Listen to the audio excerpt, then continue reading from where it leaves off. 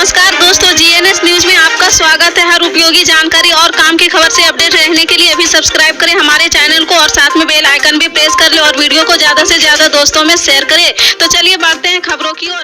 जी हां, आपको बता दें, राजस्थान के चुनावी रण में राष्ट्र नेताओं के लगातार दौरे हो रहे हैं। इसी कड़ी में आज कांग्रेस महासचिव प्रियंका गांधी वाड्रा आज दौसा जिले की सिकरा पहुंची, जहां उन्होंने बीजेपी पर जमकर प्रहार किया है। यही नहीं, उन्होंने केंद्र सरकार पर उद्योगपतियों के लिए काम करने का भी आरोप लगाया है। इसके अलावा प्रदेश के मुख्यमंत्री अशोक गहलोत ने भी बीजेपी पर जमकर निशाना साधा।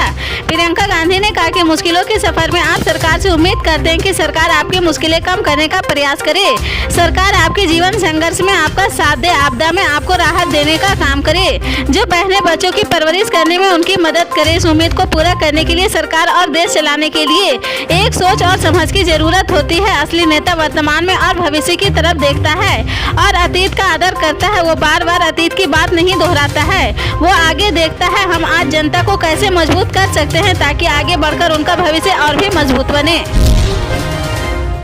जी हां, आपको बता दें, इजराइल और हमास के बीच जंग जारी है और इसी बीच फलस्तीन मामले में समाजवादी पार्टी के सांसद डॉक्टर एचडी हसन ने प्रधानमंत्री नरेंद्र मोदी की तारीफ करते हुए कहा, प्रधानमंत्री अच्छे इंसान है। सपा सांसद ने कहा कि हमने कई बार उन्हें पार्लियामेंट में भावुक होते हुए देखा है। हमें उम्मीद है कि वह फलस्तीन को मानवीय मदद भी करेंगे और भारत इजराइल के जुल्म के खिलाफ खड़ा होंगे। इसके साथ ही सपा सांसद एचडी हसन ने कहा कि इंडिया गठबंधन बड़े नेता आसानी से टूटने नहीं देंगे। हमें उम्मीद है यूपी के कांग्रेस के साथ टिकटों का बंटवारा भी हो जाएगा। वहीं सपा सांसद एचडी हसन ने सपा नेता आजम खान की सजा पर कहा कि निम्न स्तर की राजनीति देश में हो रही, आजम खान को तरह तरह से परेशान किया जा रहा।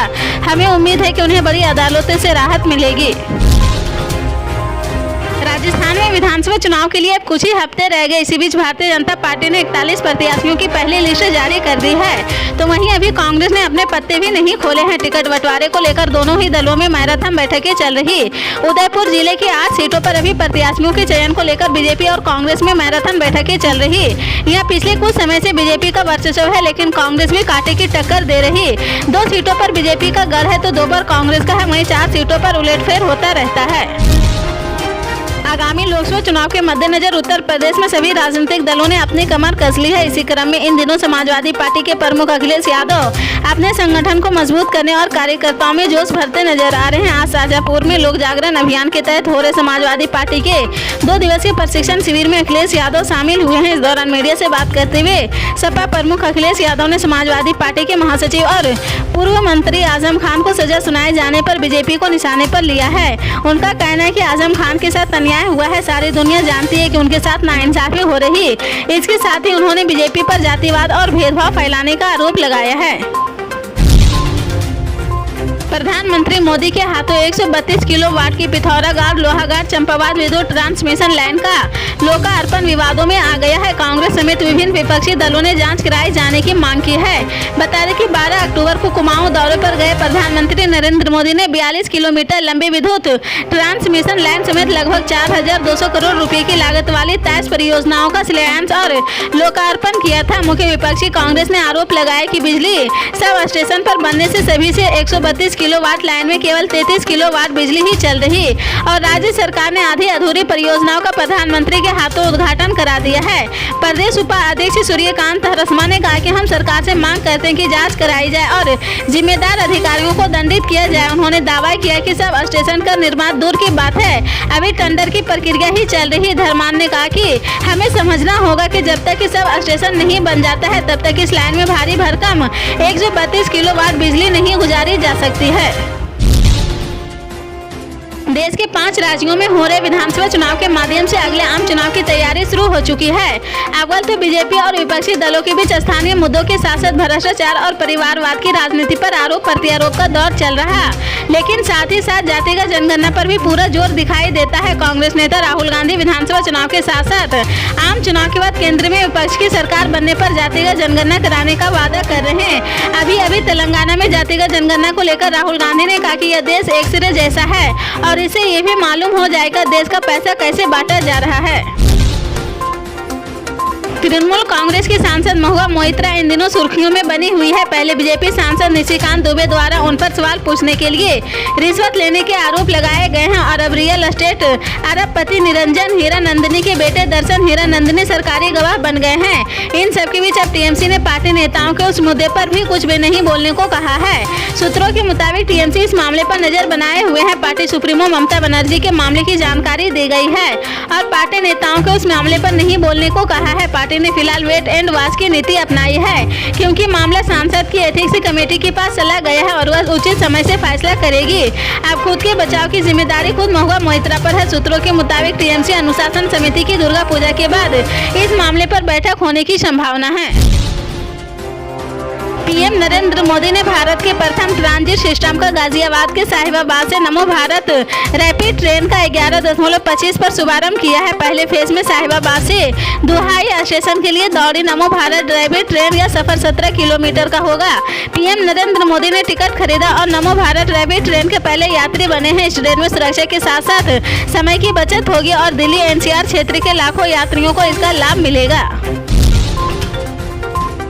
आगामी विधानसभा चुनाव को लेकर जिला निर्वाचन कार्यालय तैयारियों में जुटा हुआ है। अंतिम मतदाता सूची का प्रकाशन 4 अक्टूबर को हो चुका है, लेकिन फिर भी इस मतदाता सूची में शामिल होने से वंचित रहे पात्र मतदाता आगामी 27 अक्टूबर 2023 के मतदाता सूची में अपना नाम जुड़वा सकते हैं। जिला निर्वाचन अधिकारी प्रकाश राज पुरोहित ने बताया कि विधानसभा चुनाव में 100% मतदान सुनिश्चित करने के लिए मतदाता जागरूकता अभियान के तहत विभिन्न कार्यक्रम का आयोजन किया जा रहा है। सिवान की दिवंगत सांसद मोहम्मद शहाबुद्दीन के बेटे ओसामा साहब की गिरफ्तारी बिहार के डिप्टी सीएम तेजस्वी यादव ने पहली प्रतिक्रिया दी है। उन्होंने ओसामा के बड़े चाचा के आरोपों पर भी जवाब दिया है।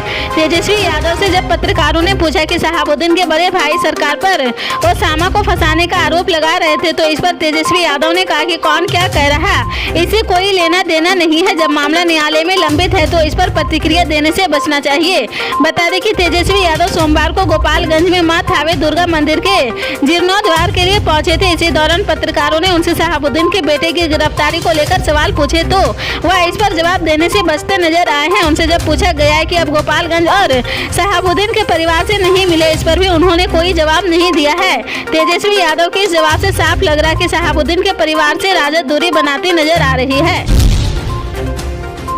इजरायल और हमास के बीच चल रही जंग में हिजबुल्लाह भी उतर सकता है। हिजबुल्लाह की ओर से इजरायल के खिलाफ मोर्चा खोले जाने की बात कही जा रही है। हालांकि अमेरिका नहीं चाहता कि इजरायल की हिजबुल्लाह से टकराव हो। बाइडेन एडमिनिस्ट्रेशन ने इजरायल से हिजबुल्लाह के खिलाफ सैन्य अभियान शुरू नहीं करने का आग्रह किया है। अमेरिका चाहता है कि मौजूदा युद्ध गाजा से आगे नहीं फैले।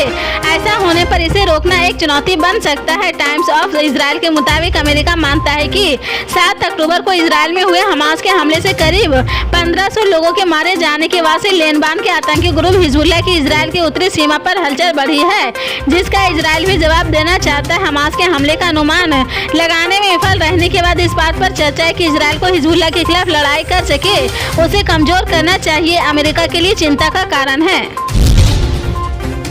इलाहाबाद हाईकोर्ट से बरी होने के बाद निठारी कांड के आरोपी मनिंदर सिंह पंढेर को जेल से रिहा कर दिया है। पंढेर का एक सिहाई परवाना डासना जेल भेज दिया गया है। वहीं लुक्सर जेल में परवाना न पहुंचने की वजह से उसकी रिहाई अटकी हुई थी। शुक्रवार को कोर्ट का आदेश पहुंचने के बाद पंढेर को रिहा कर दिया गया है। जेल से रिहाई के बाद वह चंडीगढ़ के लिए रवाना हो गया है। बता दें कि दिसंबर 2006 में निठारी कांड का खुलासा किया गया था। तब से D5 कोठी के पास नाले में नरकंकाल मिले थे। साल 2005 और 2006 में हुए निठारी कांड में कुल 19 मुकदमे दर्ज हुए थे। बता दें निठारी कांड से संबंधित सभी मामले CBI को हस्तांतरित कर दिए गए थे।